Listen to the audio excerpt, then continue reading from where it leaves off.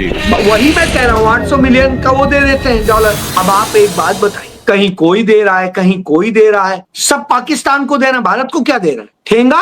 इससे बड़ा दुनिया कोई हम पर तो तमाचा मार नहीं सकता। ये नरेंद्र मोदी पर पड़ा है, देश पर नहीं, क्योंकि देश की नीतियां चलाना, देश की कूटनीति इस ढंग से रखना कि आपके फेवरेबल हो, ये प्रधानमंत्री और विदेश मंत्री का काम। तो 125 देशों में हमारे आपके गाढ़ी कमाई के पैसे से घूमने के बाद में आज यह स्थिति में हम खड़े हैं। हम दुनिया को बताते घूम रहे हैं कि पाकिस्तान आतंकी देश है और वो हम पर आतंकी हमले करा रहा है, सारी चीजें करा रहा है, और उसी पाकिस्तान को संयुक्त राष्ट्र संघ की उस स्थायी समिति में उपाध्यक्ष बना दिया जाता, आतंकवाद रोकने वाली समिति का ही। तो अब आप बताइए, हमने दुनिया को क्या बताया? अपने 33 देशों में जो हमने दल भेजे, वो दल हमारे क्या करके आए? क्या हम दुनिया को यह भी नहीं समझा सके कि क्या हो रहा है? अब इससे बड़ा और क्या हो? हमारे पास कुछ बचा नहीं है। हम असल में, सही शब्द बोलूं तो जैसे कहा जाता है ना, हम खलिहर हैं बिल्कुल, कि घूम रहे हैं बस ऐसे ही। हमारे पास कुछ बचा ही नहीं है, हमें कोई सुनने वाला नहीं है, जांचने वाला नहीं, बात करने वाला नहीं। इस दशा में लाके खड़ा कर दिया हो। आप सोचिए, मैं एक बात बताऊं कि आज देश के लिए इतना शर्मनाक स्थिति पैदा हो गई है। हर तरह से तो पाकिस्तान को मदद मिल रही है। जिस समय हम और पाकिस्तान विवाद में थे, उस समय जब हमारे ऑपरेशन चल रहे थे, उस समय पाकिस्तान को IMF फंड दे रहा होता है, दूसरा और फंड मिल रहा होता है, अमेरिका मदद कर रहा होता है, चाइना असलहे दे रहा होता है, तुर्की हमें उनको ड्रोन दे रहा होता है, और खुल के खड़े होते हैं, कहते हैं पाकिस्तान हमारा दोस्त है और ये है वो है। क्या कभी ऐसे पहले हुआ था इतिहास में? एक बार बता दीजिए, हिंदुस्तान के इतिहास में कभी कोई कह दे।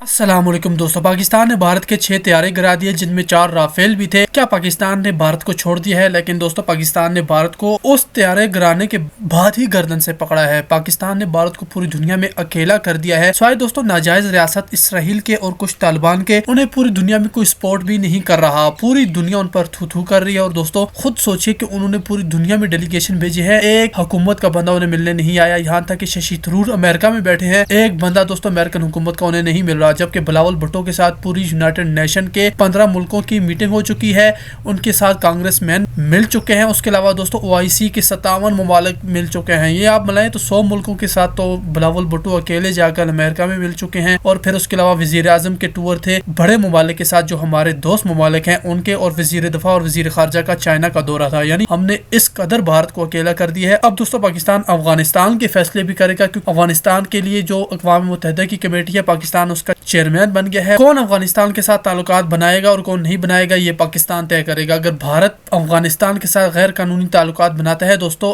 तो फिर पाकिस्तान अफगानिस्तान के इस मामले पर भारत को भी सैंक्शन करने की डिमांड रख सकता है, क्योंकि हम तो चेयरमैन बन गए हैं। दूसरा यह है कि हम काउंटर टेररिज्म के वाइस चेयर बन गए हैं, और यहाँ पर यह होगा पूरी दुनिया में जितने भी दोस्तों टेररिस्ट फाइनेंसिंग है या फिर FATF है, उसके लिए रिकमेंडेशन पाकिस्तान के थ्रू होकर जाएंगी। और रशिया और दोस्तों फ्रांस जैसे मुल्क भी अब पाकिस्तान के अंडर काम करेंगे इस अदारे में रहकर। यह है पाकिस्तान की ताकत। दोस्तों, चीखें सुनाता हूं, मुलाज़े करें, लेकिन वीडियो को लाइक करने के साथ साथ चैनल को सब्सक्राइब करके घंटी पर भी क्लिक कीजिएगा। हालात ये है कि आज हम कहीं पे टिकी नहीं है, कोई हमारा दोस्त है ही नहीं। हम तो सबके गले पड़ रहे थे, क्या ये दोस्त है, ये दोस्त है, ये दोस्त है। हुआ कौन कौन आया हमारे साथ? देखिए आत्मजीत जी, मैं बड़ी ईमानदारी से कहूंगा,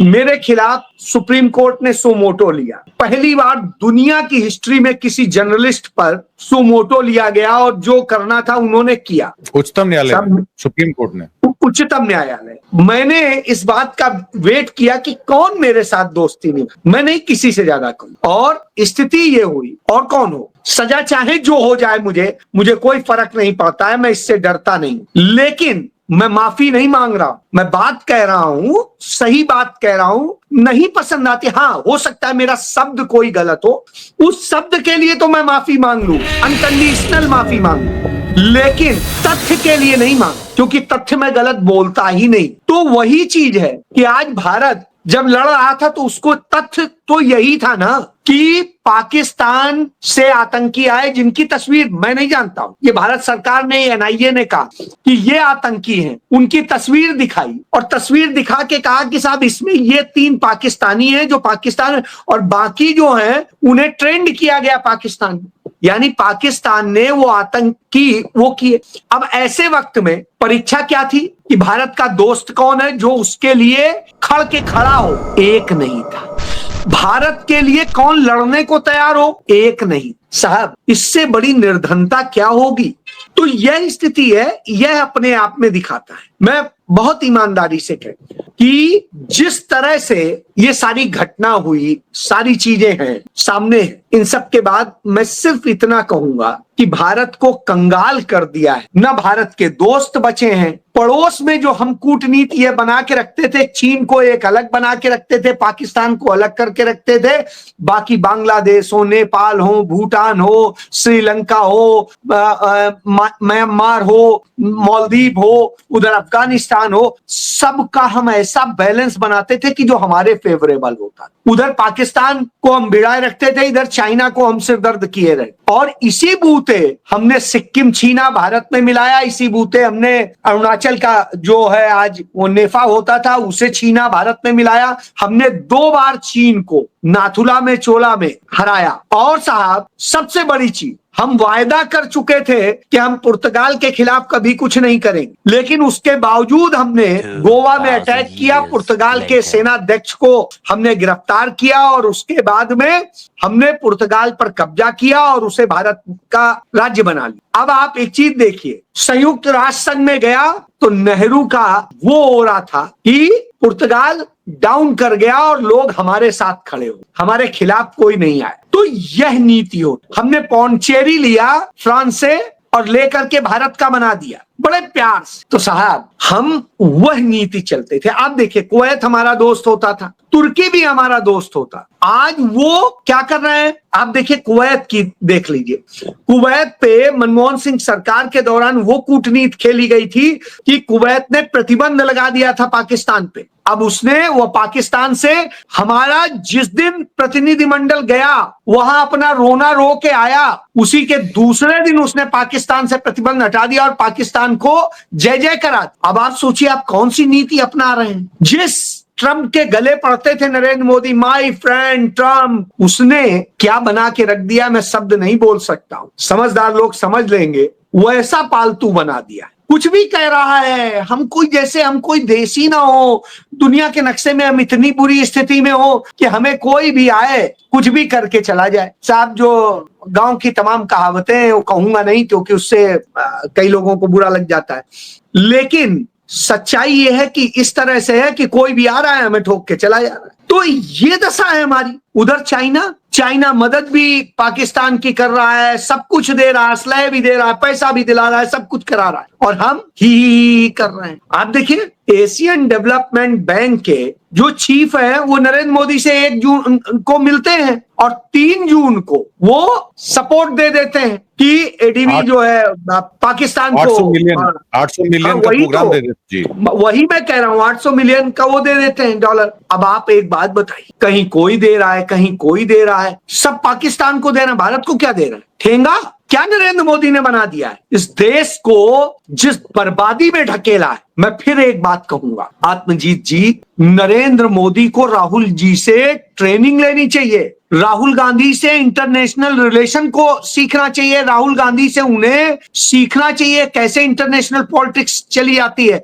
गले लगने से पॉलिटिक्स नहीं होती है, एक ताकत बननी पड़ती है। तो आप दुनिया की सबसे बड़ी सेना है, आपकी सेना के पास तमाम महंगे हथियार हैं, चीजें हैं, और तीसरी चीज आप ऐसे हैं जिसके पास हर तरह की जलवायु है, पानी भी है आपके पास में, दूसरी और संसाधन भी है। तो आप हर तरह से, तो वो नेहरू, गांधी, इंदिरा जी, मनमोहन जी सब पूरा करके गए हैं कि साहब आपको किसी से हाथ नहीं फैलाना। अब ये स्थिति हो क्यों रही। तो फिर मैं कहूंगा कि इन्हें राहुल गांधी जी से ट्रेनिंग लेनी चाहिए। राहुल जी ने संसद में कहा था मेक इन इंडिया बहुत अच्छा प्रोग्राम। मेक इन इंडिया था क्या, पंडित जवाहरलाल नेहरू आत्मनिर्भर की बात करते, और उन्होंने ही मेक इन इंडिया असल में किया। उन्होंने इस देश में PSUs बनाए, दूसरे और बनाए, प्राइवेट सेक्टर को भी।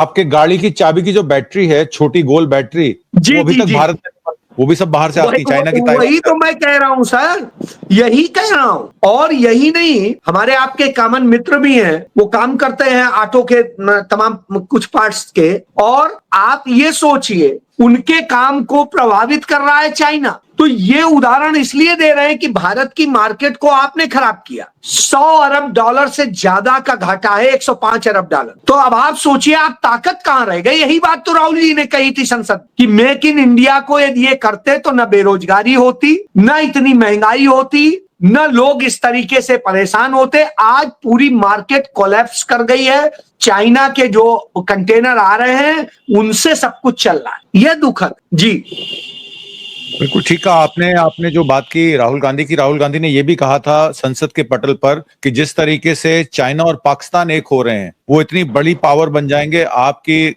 गले की फांस बन जाएंगे। आज वही J-35 स्टेल्थ एयरक्राफ्ट जो है काराकोरम जो रेंज है उस पर जो इनके गवादर का पोर्ट का प्रोजेक्ट है, चाइना पाकिस्तान इकोनॉमिक कॉरिडोर, उसको प्रोटेक्शन चालू कर दी और अफगानिस्तान, उज्बेकिस्तान, टर्की उसका समर्थन कर रहे हैं। और वो इस वजह से हुआ है कि इजराइल के ऑफसेट कॉन्ट्रैक्ट्स जो हमने लिए और उसमें 37% 40% जो माल हम इजराइल को दे रहे हैं और फिलिस्तीन में वो बच्चों महिलाओं पर और अस्पतालों में जिस तरीके से फोड़ा जा रहा है, उससे हमारी विदेश नीति को आहत हुआ है। क्योंकि इस तरफ हम, चाइना भी पैलेस्टाइन के साथ खड़ा था 1960 के दशक में, हम भी खड़े थे। पंचशीला में हम हमेशा नॉन अलाइन कंट्री रहे हैं, हम हमेशा गुट निरपेक्ष रहे हैं, हम हमेशा शांति के दूत रहे हैं। आज वही भारत यूनिफॉर्म पहने खड़ा है और शांति का दूत कौन बनता है? Donald Trump. एक मजाक बन के रह गया है भारत देश। तो ये बातें करने वाली हैं। इस सारे मामले को, नेहरू की बात हो गई, इंदिरा गांधी की बात हो गई और आगे की चीजें हो गई, और दूसरी तरफ मोदी जी के 11 साल की विदेश नीति को अब आप किस तरीके से उसका मोड़ नया देखने वाले हैं? आने वाले समय में आपको क्या लग रहा है, इस विदेश नीति का खामियाजा भारत कितना और भुगतेगा, या कोई अभी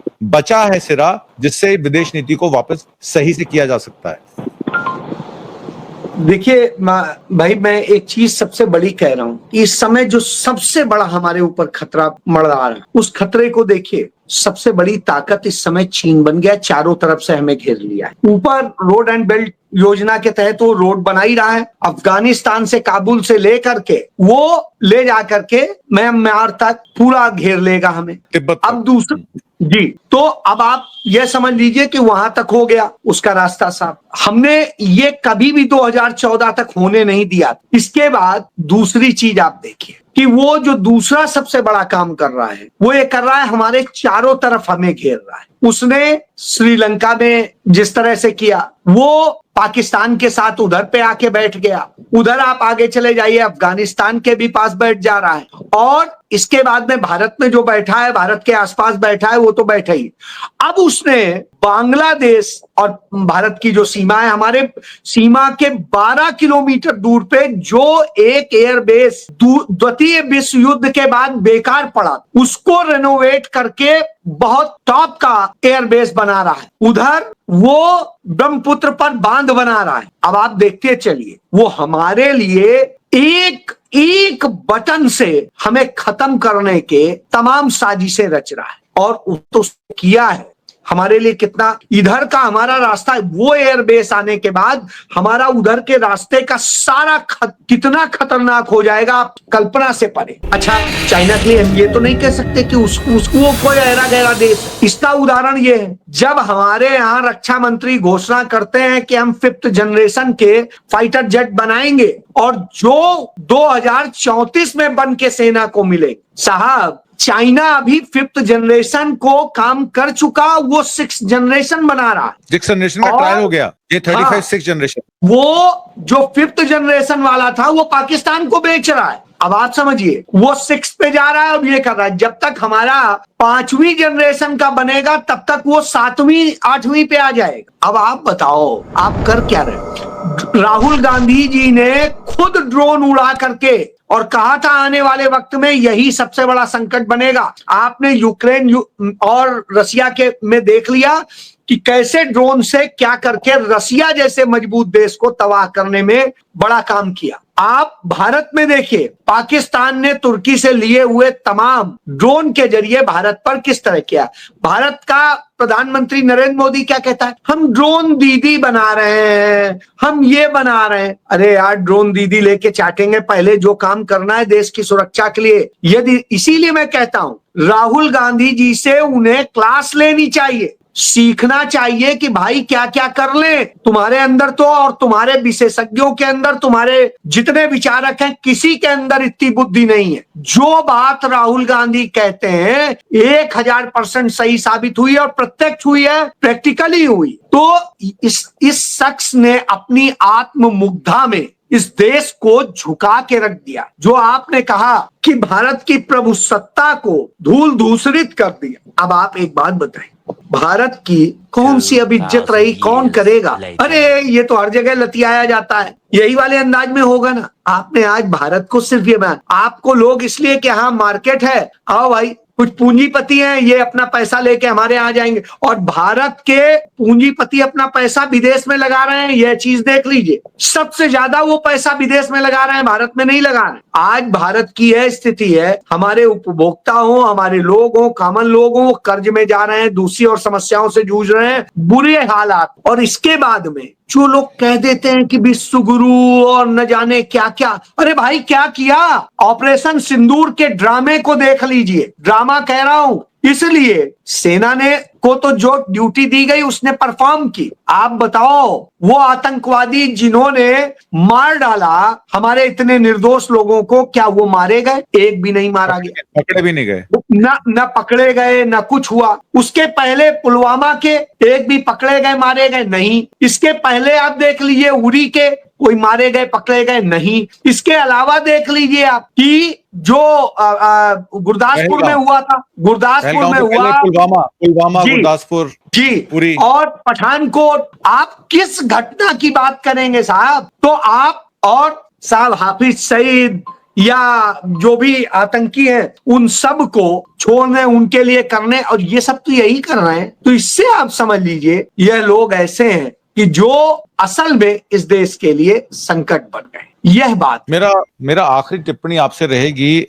अभी तक भारत ने कोई डॉजियर, यूएन सिक्योरिटी काउंसिल को कोई प्रूफ कि वो पाकिस्तानी हैंडलर्स थे, वो आतंकवादी कहां से आए, कहां चले गए, इसका कोई भी अभी तक उन्होंने कागज या कोई भी डॉजियर तैयार करके नहीं दिया है। विक्टर गाओ आते हैं, सुचाओ यूनिवर्सिटी के हैं और अनऑफिशियली ऑफिशियली स्पोक्स पर्सन है चाइनीज फेडरल गवर्नमेंट के, सीसीपी के। वो कहते हैं हम अपर रिपेरियन स्टेट हैं, आपने इंडस वाटर ट्रीटी को अबेंस में डाल दिया, और अपर रिपेरियन होने के नाते शिनजांग एरिया, तिब्बत शिनजांग प्लेटू जो है वो चाइना को पूरा अधिकार देता है ब्रह्मपुत्र पे। Right of denial to water in India पूरा हाथ में है चाइना, और आप डिनाइल टू वाटर कर रहे हैं पाकिस्तान के, जिसको पाकिस्तान एक्ट ऑफ वॉर बोल रहा है। ये जो आपने अबेंस में इंडस वाटर ट्रीटी डाली है, इससे भारत की इमेज को कितना इफेक्ट होगा, और क्या सरकार रिकोर्स लेगी इसको वापस बहाल करने में? नहीं तो ये तो मामला और खराब होता जाएगा, चाइना तो छोड़ेगा नहीं इस बात को।